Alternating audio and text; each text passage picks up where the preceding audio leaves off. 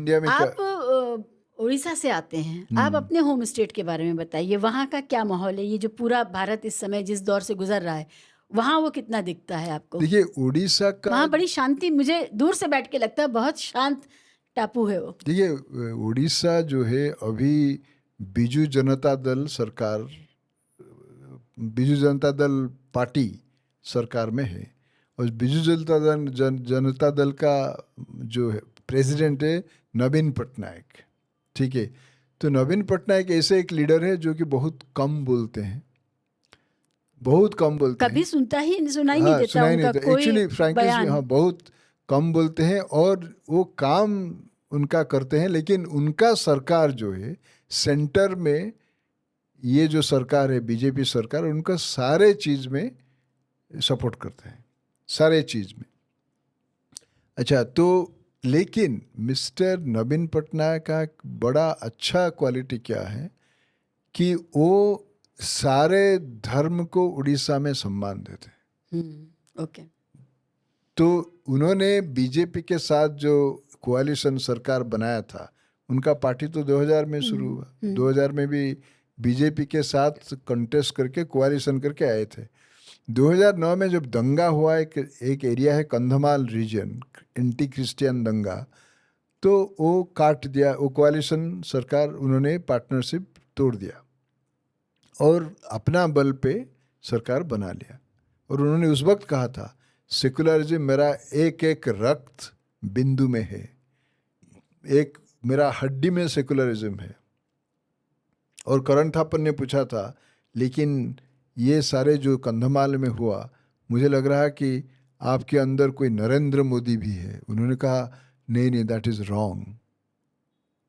उन्होंने करण थापर अभी रिसेंटली एक आर्टिकल लिखे थे उसके ऊपर। एनीवे, जो भी है, अभी देखिए मिस्टर नवीन पटनायक जो किया है, ये उड़ीसा में राम मंदिर को काउंटर करने के लिए उन्होंने जगन्नाथ परिक्रमा बनाया, पूरी टेम्पल। वो तो बहुत अहमियत रखती है वो जगह। हाँ, वो जगह देखिए, हिंदुइज्म में जगन्नाथ कल्चर में, चाहे वो पंडा ने जो मंदिर में जो भी कुछ प्रॉब्लम कर रहे हैं, लेकिन जगन्नाथ कल्चर में सारे धर्म को सम्मान दिया जाता है। सबसे बड़ा उनका जो जगन्नाथ का भक्त है वो एक मुस्लिम थे। अच्छा, सालाबेग। अच्छा जी। सालाबेग का भजन इतना पॉपुलर है, पूरा फोकलोर, उड़ीसा का फोकलोर का पार्ट है। How interesting. How yes. And Jagannath का जब रथ यात्रा होता है, वो रथ जो जाता है, वो सालाबेग के मजार के पास रथ रुक जाता है। हाँ, तो ये चीज़ है। और हमारा उड़ीसा में एक सत्यनारायण पूजा होता है, उसमें पीर बाबा का भी जिक्र है। अच्छा जी। सत्यनारायण पूजा में पीर बाबा का जिक्र होता है। दुर्गा पूजा जो उड़ीसा में होता है, कटक में, खुर्दा जैसे एक जगह है भुवनेश्वर के पास, वहाँ पहले आके मुस्लिम कुछ करते हैं, इसके बाद पूजा शुरू होता है। ओह, ये ट्रेडिशन है वहाँ का। ये ट्रेडिशन है। कटक जाइए, हिंदू घर के नेक्स्ट डोर है मुस्लिम, इसके बाद क्रिश्चियन है। बिजनेस एस्टैब्लिशमेंट इकट्ठा होता है, भाईचारा संस्कृति है। दूर से बैठ के लगता है शायद वहाँ मुस्लिम्स हैं ही नहीं। नहीं है। हैं? अरे कटक का जो एमपी है वो मुस्लिम है। ओह। और बलांगीर जहाँ मारवाड़ी डोमिनेशन है इकोनॉमी में, वहाँ का एक एमपी था, आयुब खान था। मैं सोचा ये आयुब खान कहाँ आ गया, इसे मैं टिकट नहीं दिया, इंडिपेंडेंट लड़ता तो फिर जीत जाता।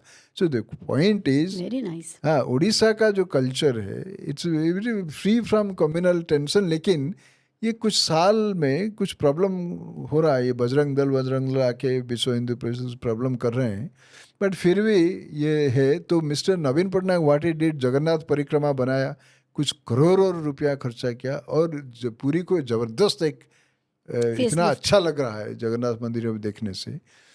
तो फिर सिर्फ जगन्नाथ मंदिर ने बहुत सारे मंदिर को पैसा दिया, बहुत सारे मस्जिद को भी पैसा दिया। मैं जो सुन रहा था 3 करोड़ एक मस्जिद को दिया है, बहुत सारे मस्जिद, बहुत सारे चर्च को भी पैसा दिया, बहुत सारे गुरुद्वार को भी पैसा दिया। तो ये जो अप्रोच है, इट्स वेरी रिफ्रेशिंग।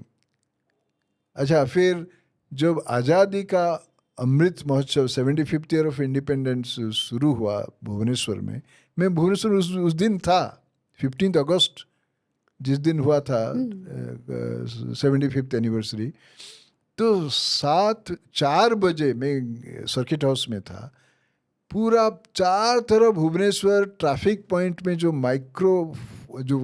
क्या माइक होता है, वहाँ रघुपति राघव राजा राम ईश्वर अल्लाह तेरे नाम पूरा दिन भर बजा रहा। तो ओरिजिनल जो गांधी का जो, भजन है, हाँ, पूरा कंप्लीट अब भुवनेश्वर। उसमें से यहाँ तो जो बचता है उसमें ईश्वर अल्लाह तेरो नाम हटा दिया नहीं गया। लेकिन पूरा बजता रहा होल डे।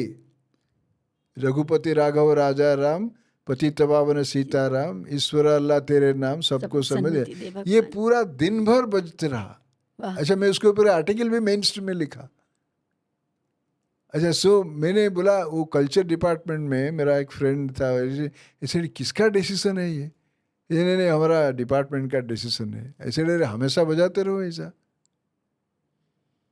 अच्छा, सो दिस अप्रोच, देखिए, जब मोदी सरकार ने मिशनरीज ऑफ चैरिटी, जो मदर टेरेसा जो हेड करते थे, उनका 25 दिसंबर कुछ साल पहले FCRA को उन्होंने रिन्यू नहीं किया।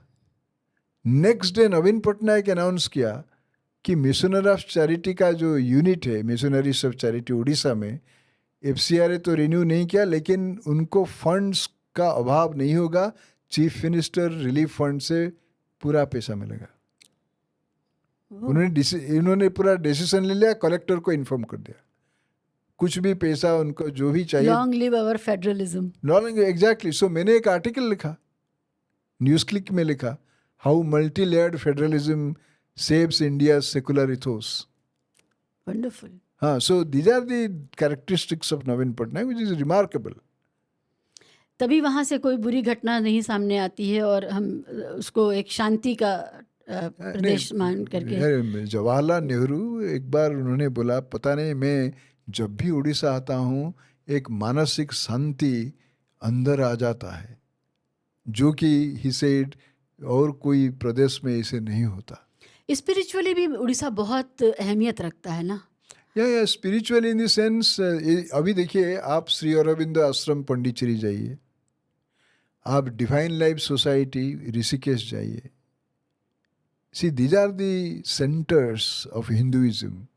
रामकृष्ण मिशन जाइए, they don't talk about Hindutva polarization. They talk about, the great philosophy of Hinduism. अच्छा, अगर आप जाएंगे डिवाइन लाइफ सोसाइटी ऋषिकेश में, you will find majority of Odiyas.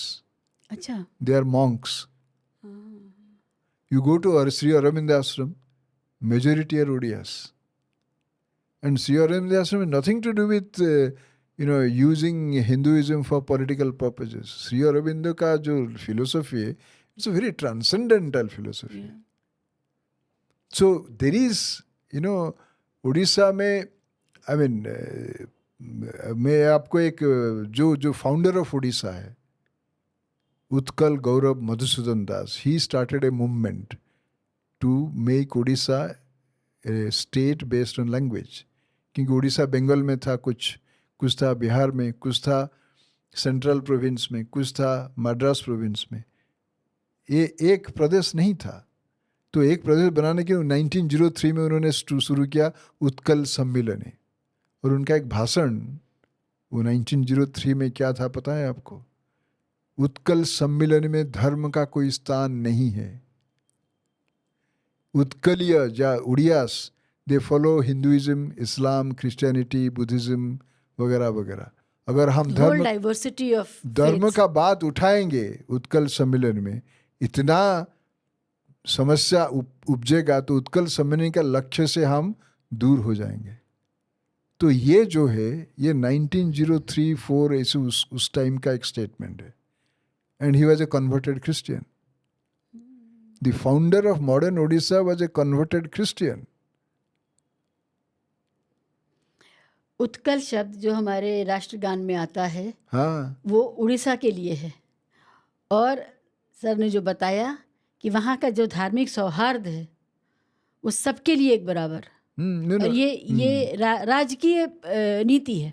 नहीं, you know, there is another great man of Odisha, Utkal Mani Gopabandhu Das. He was a close associate of Mahatma Gandhi. उनको जब jail भेज दिया British हुकूमत ने, Hazaribagh jail जब उनको लेके जाते थे, ट्रेन में भेज दिया, तो एक जगह है भद्रक जहाँ मुस्लिम आबादी थोड़ा ज़्यादा है, भद्रक रेलवे स्टेशन भी है। तो उन्होंने जब ट्रेन भद्रक में पहुंचा, उन्होंने एक ज़बरदस्त उड़िया लिटरेचर में एक मास्टरपीस कविता है, बंदिर आत्मकथा, you know the self story of A prisoner. अच्छा, सो उन्होंने जब अभी ट्रेन पहुंच गया भद्रक में, भद्रक क्या शिक्षा देता है, भद्रक में हिंदू मुस्लिम इकट्ठा रहते हैं जन्म से मृत्यु तक। अच्छा, देन उन्होंने कहा किसी को कोई भेदभाव मत करो, वेद कुरान को समज्ञान करो।